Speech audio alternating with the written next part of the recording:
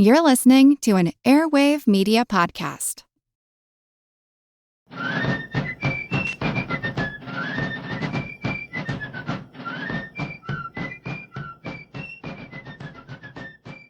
Hello, and thank you for joining the American Revolution. This week, episode 333, The Revolution and Slavery. Way back in episode 58, we looked at the way slavery was seen in the colonial era. The basic point in that episode was that slavery was pretty generally accepted. The Quakers had begun to express moral reservations about the institution, but by and large, colonists did not question the institution, and there wasn't much of an abolition movement to take slaves away from everyone. The notion that one's birth largely established one's station in life was a generally accepted norm. Slavery was practiced in all of the colonies as well as Britain itself. Now, I know some people claim that Britain never allowed slavery, and technically there was never any statute or even common law that permitted it within Britain, but a great many slave owners from various colonies traveled and even settled in Britain, bringing their slaves with them. British officials accepted this practice and didn't really try to do anything to liberate the slaves that they brought with them. So even though slavery was not officially sanctioned, officials and almost everyone else in Britain didn't see it as the moral evil that is the common view today. Since the Revolution and independence were based on the ideals of inalienable rights and equality, the institution of slavery became much more suspect. While the Revolution had not really focused on ending African slavery, people saw how incompatible the institution was with the principles that they were espousing to declare their own freedom. Vermont declared its own independence during the war. Its constitution was the first to ban slavery explicitly in 1777. But since none of the other states recognized Vermont as a sovereign state, it was debatable whether this prohibition would even be recognized. Pennsylvania was the only state that took action to end slavery during the war. Back in episode 241, we covered the 1780 Pennsylvania law that set slavery in the state on the slow path to eventual abolition. That law did not free any slaves, but provided that the children would be free once they reached adulthood going forward. As the existing generation of slaves grew old and died, the institution would die with it. Along with Pennsylvania, Massachusetts was a center of the abolition movements in the decades leading up to the Civil War. But during the Revolutionary War, slavery was still very much legal and well established in the state. Slave owners had settled in the region even before the 1630 founding of the Massachusetts Bay Colony. Boston merchants had gotten involved early in the slave trade, carrying slaves from Africa, primarily to the West Indies, the Carolinas, and Virginia. Although slavery in Massachusetts did not grow like it did in the southern colonies, there was a pretty substantial slave population throughout the colonial era. The colony passed special laws regulating the behavior of slaves. One early law, which put limits on what slaves could do, prefaced its law by saying the rules, quote, "which the law of God established in Israel concerning such people doth morally require."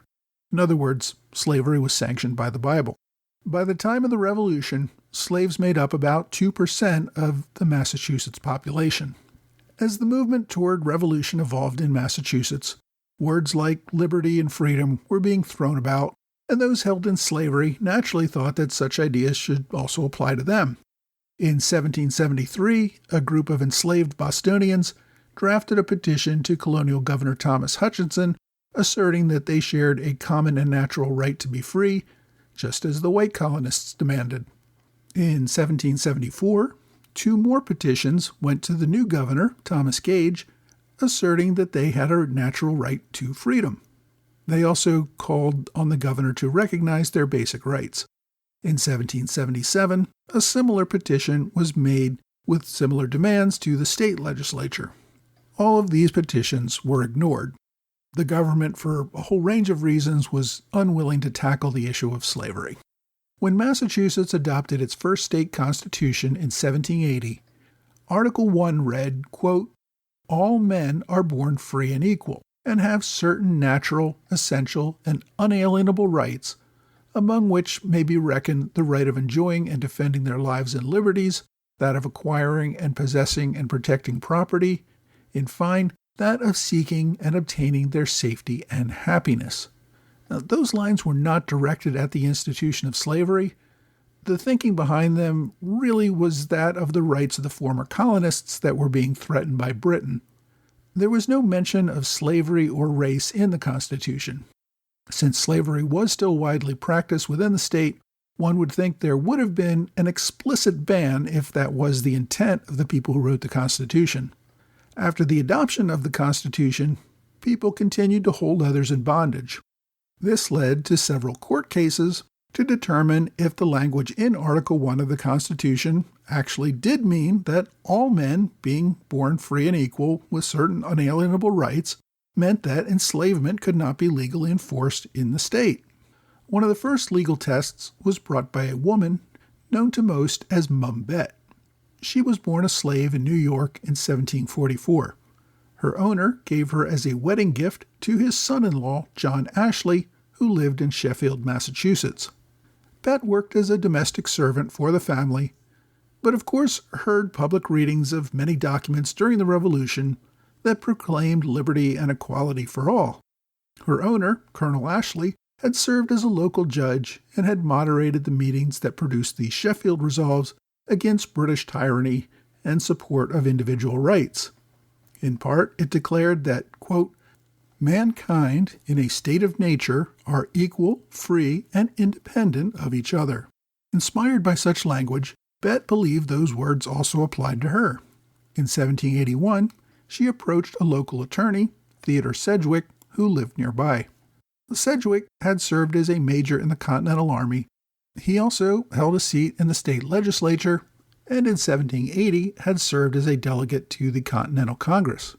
Sedgwick had been a slave owner himself, but was amenable to bringing this lawsuit.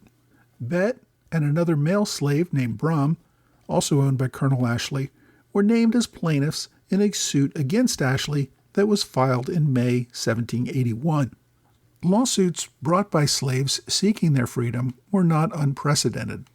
In the past, slaves had brought suits based on other legal issues, such as maybe the mother's slave status, contractual agreements, or other technicalities. This case was different. Sedgwick filed a writ of replevin, essentially demanding that the court order Ashley to turn over property that was not his. Specifically, his ownership was not legal because Bet and Brom owned themselves as free people. Sedgwick based his argument on Article 1 of the state constitution. It took several months for the case to go to trial, but on August 22, 1781, a jury agreed that Bet and Brom were free people. In addition to their freedom, Ashley had to pay each of them 30 shillings in damages. Another case that was litigated in Massachusetts around the same time was that of Quock Walker.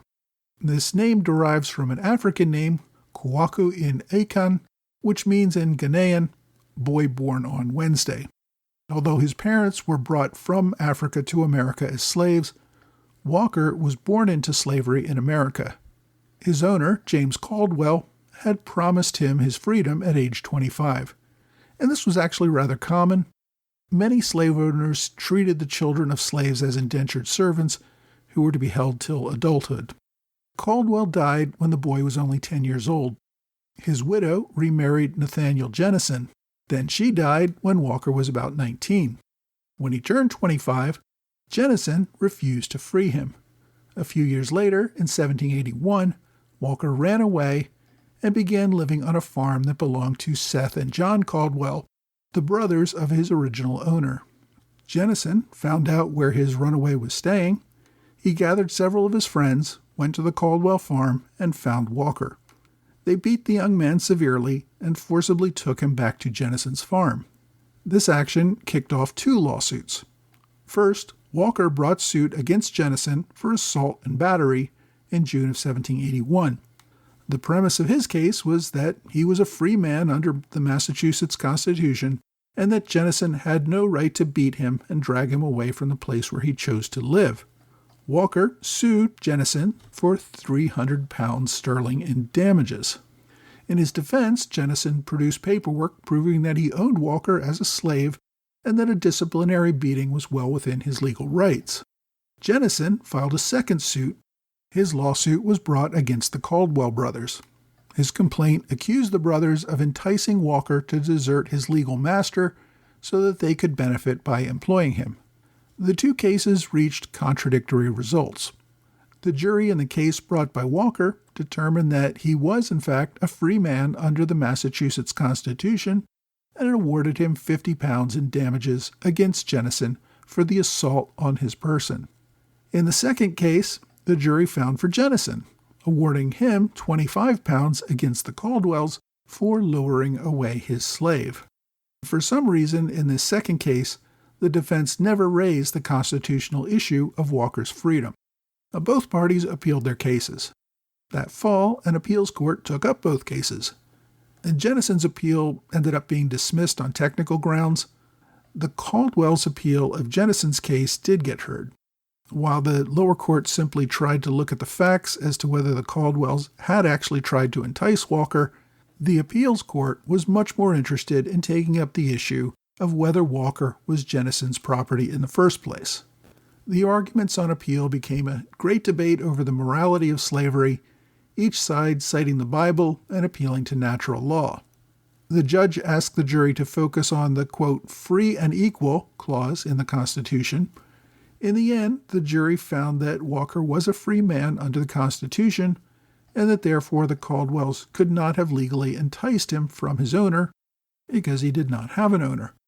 In June 1782, Jennison petitioned the state legislature for a reinstatement of the appeal that he had lost on technical grounds. By that time, there were several petitions before the legislature demanding a clear declaration that slavery in Massachusetts was not legal. One petition even argued that slavery had never been legal and that all slaves should be compensated for their past service. The legislature was not sure what to do. In the end, they did what they always did best with the past petitions regarding slavery. They took no action in any way, including the action that Jameson had filed. And this meant he was liable to pay the damages to Walker for the assault. That, however, was not the end of the matter. The Massachusetts Attorney General, Robert Treat Paine, brought a criminal indictment against Jensen for his assault on Walker. The evidence of the assault was indisputable by this time. Jennison had already testified about the beatings in earlier cases and freely admitted to them. The defense once again brought up the evidence that showed Walker had been Jennison's slave and that beating as part of a disciplinary punishment was permissible under the law. The defense pointed out that there were still state laws on the books regarding the treatment of slaves and that the defendant had no way of knowing the Constitution would later be interpreted to have ended slavery in the state.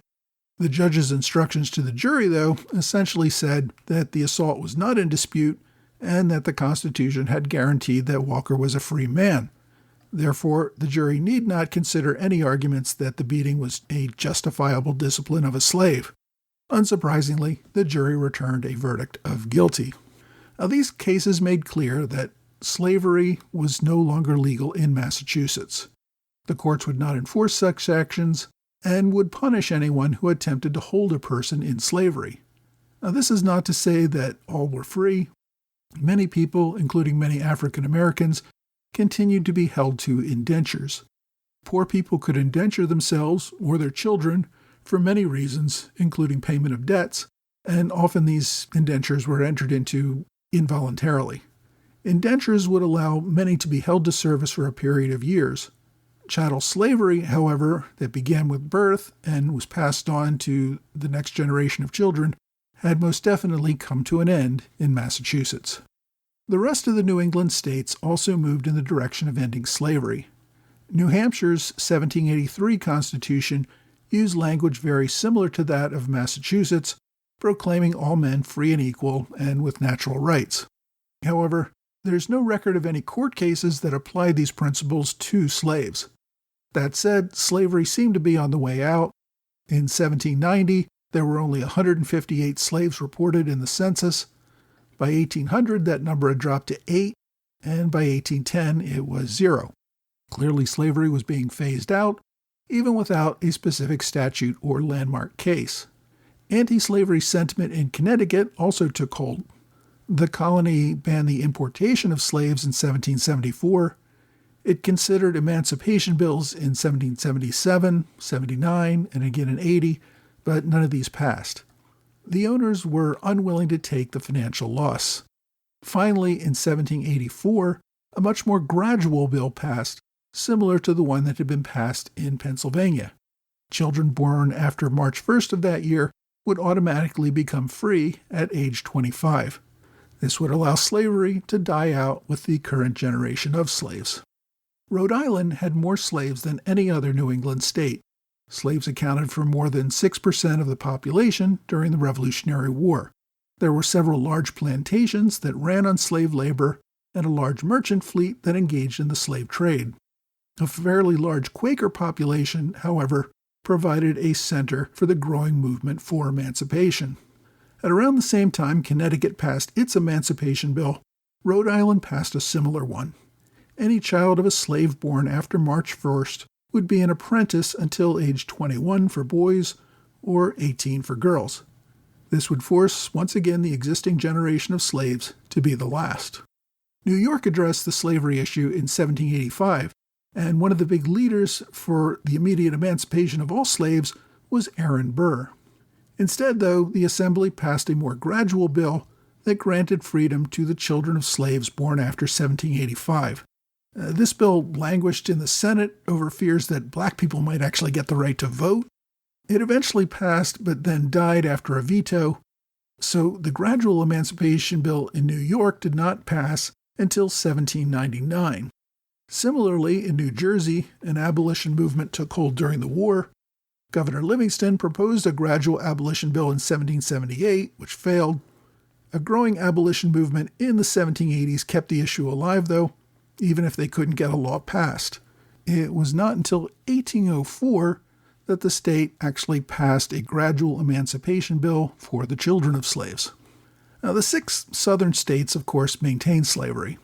While support for abolition in the South gained a little ground during and immediately after the American Revolution, the economic importance of slave labor made any attempts, even at gradual emancipation, just about impossible.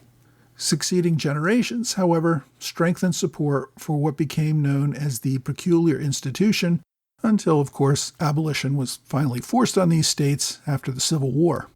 For a time, many thought Virginia, though, might pass laws shortly after the Revolution that would outlaw slavery gradually, much like happened in the northern states. George Washington famously granted freedom to his slaves upon his death, and as early as 1786, Washington wrote letters in support of Virginia adopting a gradual emancipation law. Despite his moral qualms, Washington never got to the point where he was willing to free his own slaves during his lifetime, and he also spent considerable time and money attempting to track down slaves who escaped his service. Other prominent Virginians like Thomas Jefferson, Patrick Henry, and James Madison also continued to own slaves, even though each of them were very much conflicted in light of the principles for which they had fought and espoused during the war. The generation that fought in the Revolution, however, seemed to be the high watermark for the support of abolition in the Southern states. During this immediate post-war era, Virginia at least took one small step through a 1783 law that confirmed the emancipation of slaves who had fought in the Revolutionary War. Many slave owners either permitted slaves to join the army or sent them as substitutes when drafted. Virginia law prohibited slaves from enlisting, but as a practice, they didn't really prevent it. When the war ended and the army disbanded, many owners attempted to force the returning veterans back into slavery. The Virginia legislature prohibited this by statute, thus guaranteeing freedom for any soldier who had enlisted at the request of his owner or as a substitute for his owner, and who had also completed his term of service. Virginia also passed a law around the same time providing for voluntary manumission of slaves by their owners. But that was as far as it ever got. In the deeper South, the Carolinas and Georgia, there was never any serious effort to abolish slavery during this period. While Southern patriots proclaimed the same rhetoric of freedom and equality, they seemed to have a harder time applying those principles to actual slavery.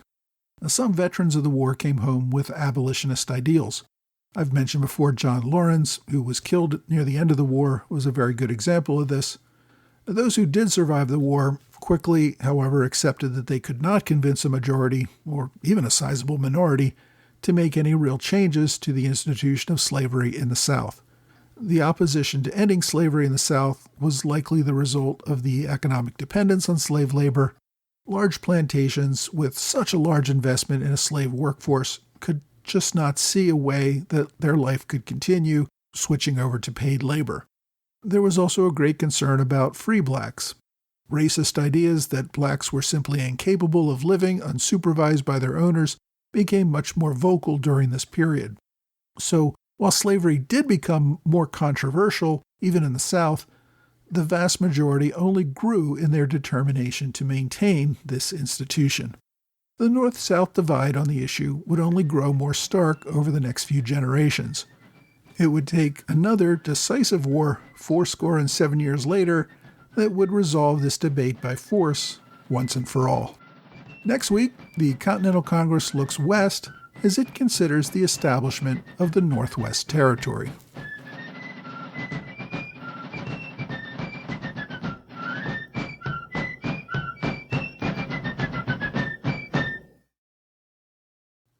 Hey, thanks for joining the American Revolution Podcast After Show, part of the Airwave Media Network. Thanks to my Patreon supporters in the Alexander Hamilton Club, George Davis, Mike Hager, John Salentano, and Michael Mulhern. Thanks to Robert Morris Circle supporters Richard McCabe, TJ Walker, and Curtis Johnson. And welcome to our newest supporter at the standard bearer level, Michael Parvis. Like everyone who supports this podcast on Patreon at the $10 level or higher, Michael will receive his first magnet this month and will receive a new magnet with a different flag from the American Revolution every month thereafter. I wanted to mention also that archive.org has been having problems for several weeks due to a hack. Hopefully this has been resolved by the time I release this episode, but this outage has been a problem for me. If you're used to looking up the many free online books that I list from archive.org on my blog, you may find those empty or only a few things listed from alternative sites. I really hope they can get this resolved soon, but I just wanted to make that clear what was happening. Now, this week we took another look at the institution of slavery. I hate to say this because I know I shouldn't be looking at my reviews and thinking about them too much, but one of the few really bad reviews that I have received on this podcast called me, quote, tone deaf for minimizing the struggles of slavery. Now, it is true that I have not dwelled on the horrific conditions that many slaves had to endure. I think there are many great historical sources that focus on that important point, and it's one worth looking at. It's just not a focus of this podcast. My focus in discussing slavery is to convey how the larger white population thought about the institution at the time. Now, there may be people who find this focus misguided. Please note that it's only because I think this is a view that is underrepresented by other historians, but I think it is an important one to understand in order that we can understand why slavery was so widely accepted for so long. For me, the horrific conditions under which some slaves were held is really not the point. There were lots of non-slaves, and there are still people today who are forced to work under truly horrific conditions in other systems that don't involve slavery. Just take a look at the sharecropper system that African Americans endured after the Civil War. And there's, of course, many other examples worldwide. On the other hand, there were also slaves, like people like Phyllis Wheatley, who actually lived a reasonably good life with time to write poetry and living with a very kind family. But even being held in slavery under relatively humane conditions still doesn't justify the condition of slavery. You also have the example of someone like Mum Bet, who we discussed in this week's episode. After the court recognized that she was a free person, she changed her name to Elizabeth Freeman and began working for the attorney who helped her to win as a domestic servant. So essentially, she was doing exactly the same work as a free person that she had done as a slave. Now, my point in saying this is not to give anyone the notion that winning the freedom was meaningless or that the institution of slavery was in any way acceptable by today's standards. I hope that all of us in this day and age think that it is a horribly unjust system. But the issue is the system, not the working conditions that it created. The issue is that even a slave who had a pretty decent life compared to other poor free people at the time still had to suffer the injustice of not being able to choose their own destiny. That was the important message that I think this whole era should bring home to us. That was why colonial leaders talked about themselves being put into slavery by British laws. They weren't worried about being put in chains or having their backs lashed with a whip. Their fear was having no say of their own in their own political or economic destiny. To them, that was slavery. Now, we are not guaranteed happiness in life, but we should have the right to the pursuit of happiness as we see it. That is the basic freedom that all slaves were denied, and that ran so contrary to the principles of the American Revolution. Now, this is a complex point, and I hope I'm articulating it properly. I know that slavery and race relations can be a very hot topic for many, and it's really not my goal to upset or annoy anyone. But given that slavery is so universally loathed today, I think it's important to understand the mindset of an earlier time that allowed it to thrive for so long. If there is one takeaway I hope everyone gets from this episode, it's that we begin to see a real shift in the popular view of slavery as a direct result of the debates over the American Revolution. In the northern states, at least, the people pretty overwhelmingly found slavery incompatible with the principles of the Revolution. That in and of itself was a major shift, even if that shift did not take hold in all the states.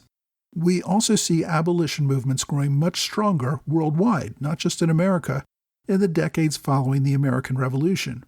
What we witnessed at the end of the Revolutionary War is only the beginning of this growing movement for freedom and human rights that simply wasn't recognized at all in earlier times. If you find my coverage of the issue limited or slanted, all I can say is that I probably agree with you. You can't possibly cover all aspects and points of view in a 20-minute discussion on this subject. There are a great many better sources if you want a fuller discussion of the topic. My simple point was that attitudes were changing and that we are seeing a painfully slow societal change that is trying to catch up with those changing attitudes. I think most Americans are familiar with slavery as it existed in the decades leading up to the Civil War. By that time, most of the northern population had become much more favorable toward ending slavery, although there were still a fair amount of people in the northern population that saw complete abolition as too radical, even in the 1850s. We also see the South become much more dug in on the issue, even to the point of censoring discussion on any sort of reforms, and coming to the conclusion that slavery was a, quote, positive good. Now, we see the beginnings of these divides in the 1780s, but it's still going to become much more divided. Abolition movements in the 1780s are still tiny and in their infancy. There are also still many Southern leaders who are at least willing to think about gradual emancipation at this point, but both of those positions are going to harden in different directions over the next couple of generations. Those divisions are still so ingrained in our society that it is still hard and controversial to talk about them even today. Even so, I think I needed to try. My book recommendation this week is American Inheritance: Liberty and Slavery in the Birth of a Nation, 1765 to 1795, by Edward Larson. Now, this book really focuses on the years right before, during, and after the Revolutionary War. The author, Larson, uses a writing style that, well, I'll just say differs from my own. I think it does a good job, though, of covering the debates of the time and is well researched. The author is a law professor, and this book was published in 2023. So if you do want to read another perspective on this important topic, get the book American Inheritance. My online recommendation is a public domain book called Notes on the History of Slavery in Massachusetts by George H. Moore. This book was first published in 1866, just after the Civil War ended. The main point of this book seems to be to remind people in Massachusetts that they also played a historic role in slavery. I think it provides a pretty good overview of how slavery evolved in this New England state. Now, I mentioned that while writing this episode, I couldn't use archive.org because of site problems they were having. I've linked a copy of this book, which can be found on Google Books. If archive.org does come back to life soon, I will try to link a copy there as well. In any event, there will be a direct link to the book on my blog and website. My question this week comes from Vanessa Kuby, who asks, if William Tryon was called a butcher and led by fear, why is Fort Tryon and the park named in his honor? I don't understand why New York things are named in his honor if he was a loyalist. Well, Vanessa, while some royal governors who had things named after them survived renaming, many others were changed.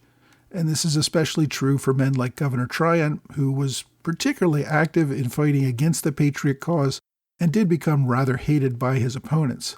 So it's a good question to ask. Why was Fort Tryon allowed to keep its name after the war? Fort Tryon, at the northern tip of Manhattan, was most likely kept under the same name because the fort itself was gone by the end of the Revolutionary War. The area of the island was still known unofficially as the Fort Tryon area based on the fact that the fort had been there during the British occupation, but the fort itself was gone. If the fort had remained and been garrisoned, it almost certainly would have been renamed, much like Tryon County in upstate New York was changed to Montgomery County. Because the fort did not exist, there was no official name to change. It was just a name that the locals used unofficially to refer to an area that was generally just a wilderness area for such a long time. When J.D. Rockefeller developed the land into a park in the early 20th century, the name of the park came from the unofficial name of the area, I guess without much consideration given to the former colonial governor from whom the area did take its name. As a result, the hated Governor Tryon of New York still has his name living on in Fort Tryon Park. If you have a question you'd like me to answer, please reach out to me either via email or on Twitter, Facebook, Quora, or Reddit. Well, that's all for this week. I hope you will join me again next week for another American Revolution podcast.